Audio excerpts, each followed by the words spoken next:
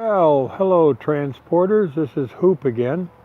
Sorry I haven't talked to you in a while, but this documentary is being done on my own nickel with no help from anybody else, so I do it as I can afford to bring you along and teach you anything I find out. I picked up this unit about 500 miles ago down in North Carolina. They call it a digger truck. On the other side is a big auger. A lot of people call it a polecat because it sets electric company poles, digs the hole with the auger, then with that crane, you can see the crane right there, there's the hook. They'll grab onto a pole, drag it up, and with those claws, they'll put it in the ground in the hole that they dug. So they call it a polecat. Picked it up, now this particular one I picked up with a trailer. Now again, as you can see the polecat, the operator sits up top there in that chair and operates that truck. The trailer is called a tugger trailer. Now, it's a tugger because of that spool. As you can see, the spool with the steel cable on it, and the cable here, they will put the cable over power lines or under conduit underground and tug it with this thing, pull the cable through. This is a small one. They have them up to 5 miles of spool. This is probably a mile at best. But the trailer has a great big John Deere engine on it. You can see it in the front there. So this ends up being a very heavy trailer. It's hooked onto the truck with a pintle hitch and electric brakes. Electric brakes are probably one of the greatest things ever invented when they work good. Your little safety chain right here is in case something goes, that little cable, in case something goes wrong, that pulls it and sets the brakes on permanently, all the brakes. Now, I picked this truck up in the middle of North Carolina with the trailer. It's called a combination unit. Down the road we went. Had to pull it about 500 miles, which is kind of a normal thing. So I get about an hour up the road and go to slow down for a car that's in front of me is going slower, and I touch the brakes. I look in the rearview mirror and there is nothing but smoke as far as you can see, London fog. The brakes are locked up tight. I let off on the brakes and the brakes free up. Now, most trucks have a brake unit which is on a pedestal. Now, it either runs up in the front of the truck that you can operate it by hand to spike the brakes and turn them on electrically, or it's got a pedestal in there that the more you step on the brakes and the pedestal swings forward, the harder the brakes apply. In this particular case, the brakes are run off from the brake lights of the truck.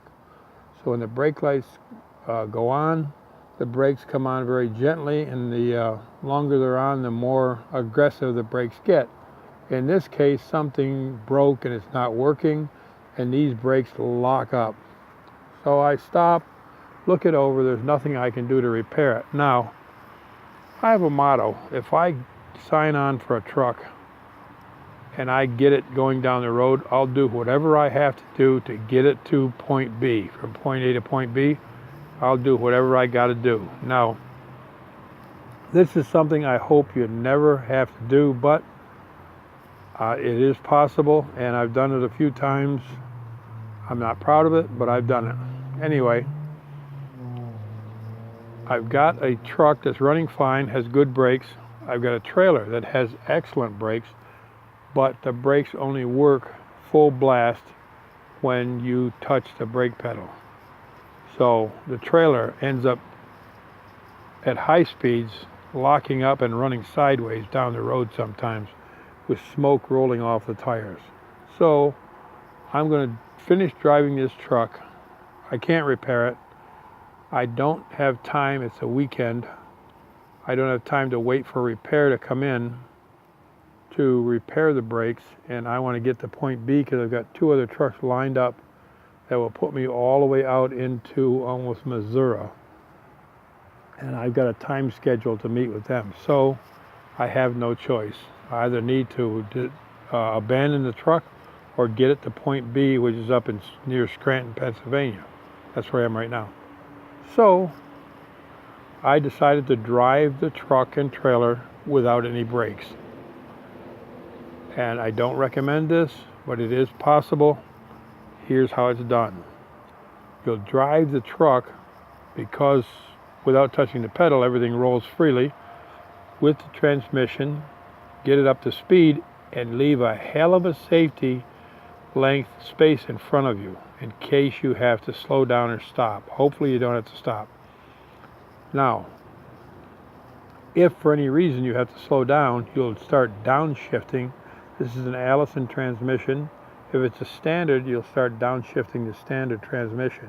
Hopefully you have an engine brake on there to help you out. You don't always. But anyway, if you start downshifting that transmission to keep that safety space in front of you, you can bring that thing almost to a stop. And in this case, if you're almost stopped, you just touch the brakes and the whole thing comes to a screeching halt. So you can, without touching the brakes, I brought this thing 450 miles, not using the brakes. Only the complete stop, like getting fuel or a red light. But you try to plan your route so you do not have to do this. Now I'm showing you a fairly reasonably sized trailer. Some of these trailers are monsters. Okay, so I hope you can see this trailer. Starts there and runs all the way back to the far side, and it is about 40 foot long, all run by this little set of brakes on the front. I'm pretty sure you can't see much there, but same thing. This is a very heavy trailer. It's a very heavy truck you're moving it with. Now you'll also see right here on the truck is 2 valves, and some trailers like them big long ones are operated, the brakes are operated by the air off the truck, and you can control them from up front. I don't use any vehicles that need air, but it is probably the ideal thing for using for braking, stopping heavy vehicles. But this, I'm telling you, can be done. You can drive the vehicle, which I just did 460 miles, without ever using the brakes. Once or twice just for stopping at a dead stop. Now this also can be done if you've lost your clutch. You can drive the vehicle, hopefully you don't have to stop anywhere, but not using your clutch, you can drive that vehicle by shifting without using the clutch. And I'll show you that later once I get near a 5 or a 10-speed transmission. Most of these are automatics now. But hope this helps you a bit. Hope it never happens to you and you never have to do it. But this is how you can get the truck there to point B without using the brakes. I found some more light, so he'll give you an idea. There's 2 trailers here side by side. That's why it looks confusing, but I found some more light to give you an idea of the length of these trailers. So man, when you're driving these and you turn a corner, you damn well better be watching your mirrors, because the butt swing on these and the off tracking on both sides is incredible. And these little posts up here are actually rods to put spools of heavy wire for electric company. They put heavy wire spools up there to run wire onto your high lines. And if you want to talk about one heavy trailer, here's one that's called a Tugger, and that's 5 miles of Kevlar rope that you'll put over the high lines, up and down mountains, over rivers, and they pull that with that great big John Deere motor. Driver sits on the back there, and they can pull that line over 5 miles.